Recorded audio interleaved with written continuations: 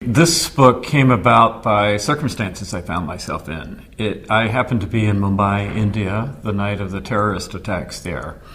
And I had been on a speaking tour. We were supposed to be downtown that night.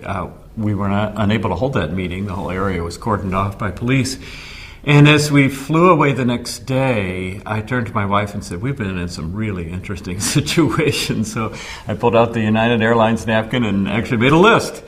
And from that list came 10 chapters, each of which show faith put to the extreme. They're not all instances of suffering or trauma. Some are a different kind of challenge, speaking to a group of alcoholics, speaking to a group of prostitutes trying to get out of sexual slavery.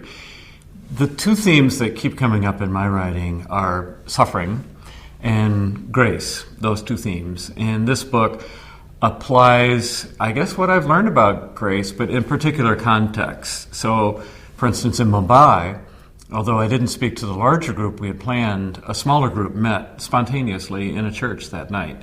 And I remember standing in front of them saying, I've got to come up with some words that will give comfort, that will make sense out of this terrible thing that's happened. And out of that came this book. I think one of the most important things that we as Christians need to communicate is that God is on the side of the one who suffers.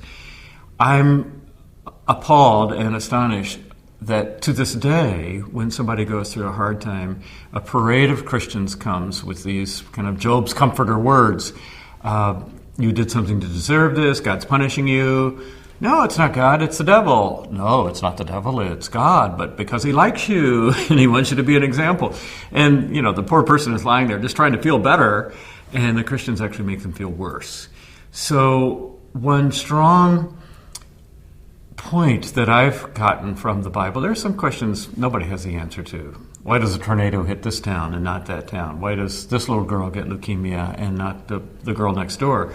Nobody knows the answer to that. And the Bible avoids it. The Bible doesn't answer it. But it does give a very clear answer to how God feels about someone going through a time like that.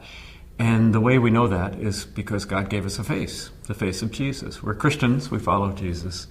All you have to do is follow Jesus around and watch how he responds to a person going through a hard time. He never lectures, never gives philosophical arguments. He responds with compassion and then with healing. So from that, we know how God feels about people who are going through hard times. God is on their side. We live on a planet where bad things happen, a planet of freedom where human beings can be part of the bad things that happen. And there are a lot of questions surrounding that. But I start with my brightest clue being the face of Jesus, who responds to people who are going through suffering and difficulties.